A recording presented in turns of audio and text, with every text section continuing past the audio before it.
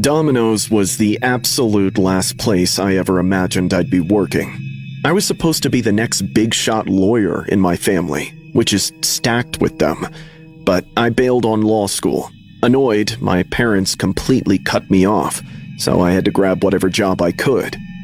Working those night hours sucked, but the pay was good enough to keep me afloat and still have time for my art projects. It was a scorching Saturday night in the middle of a Texas summer. The digital clock on the wall had just ticked past midnight. I was cleaning the counter, ready to lock up and head home, when this woman walked in. She looked to be in her late 20s and was covered up head to toe in a shawl, like a bedsheet draped over her whole body. There were fresh bruises around her eyes and cheeks. Her eyes were restless and darting around. She looked terrified, but also determined, like she was forcing herself to be there. She walked up to the counter and ordered a small plain pizza and a Coke. Her voice was shaky. I rang her up. She paid in cash and sat down at one of the tables, hunched over, clutching her stomach like she was in pain. At first, I figured she was homeless and starving. I felt bad for her and started making her pizza. I kept glancing at her while I was working. She was sitting completely still, holding her stomach. The shawl was draped over her entire body. You couldn't see anything underneath. When I finished cooking the pizza, I put it in a box with the Coke and walked over to her table. "Here you go." I smiled, setting it down in front of her, when my eyes caught a movement under the shawl at her midsection where her hands were. She noticed me staring and stiffened. Our eyes met. She went pale as a ghost and started shivering. Without saying a word, she grabbed her order and rushed out the door. I stood there for a minute, trying to process what I'd seen. I was sure I had seen the movement at the midsection. Could she be hiding anything? I should have stayed in the store and minded my own business, but I couldn't.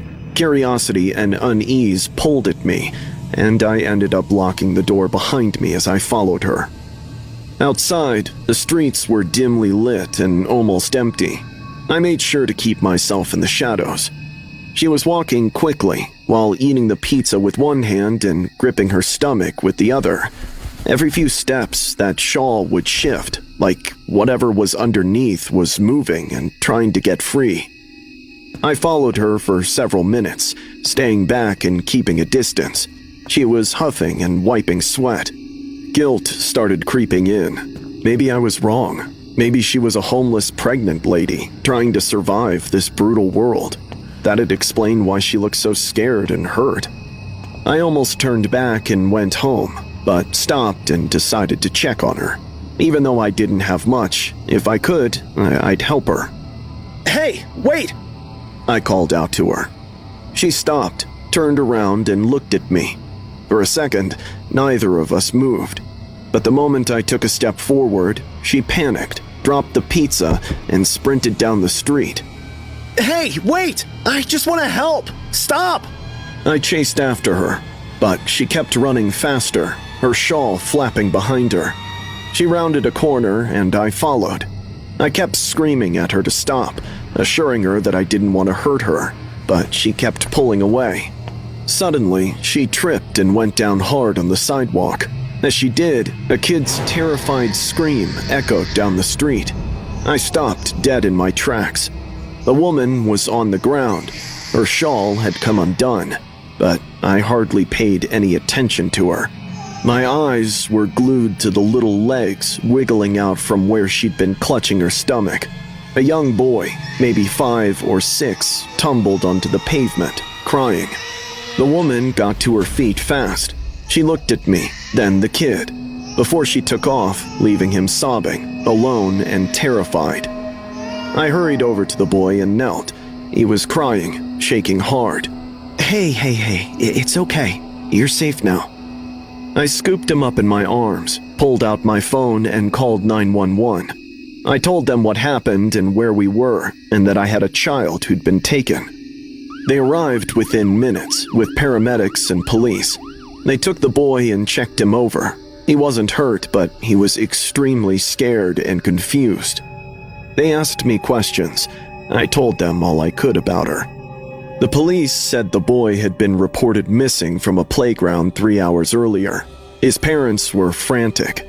The woman had taken him and hidden him under the shawl and walked right through the streets with him pressed against her body. Nobody had noticed or seen, except me. But even I almost didn't follow her and let her walk away. Months later, I saw her face on a TV channel. Her name was Gracie Gusto, and she had been arrested as part of a child trafficking ring. She'd been taking kids from the streets to transport them. The shawl was her method. Nobody questioned a weak-looking woman wrapped up and limping by. She'd done it multiple times before. That boy I found wasn't the first, but he was the last, because I didn't ignore what I saw. The fact still makes my stomach churn. What if I had ignored her? What would have happened to that kid? What have they done to all those kids they took? I wonder how many times I've walked past a child on the verge of ruining without noticing or doing anything at all.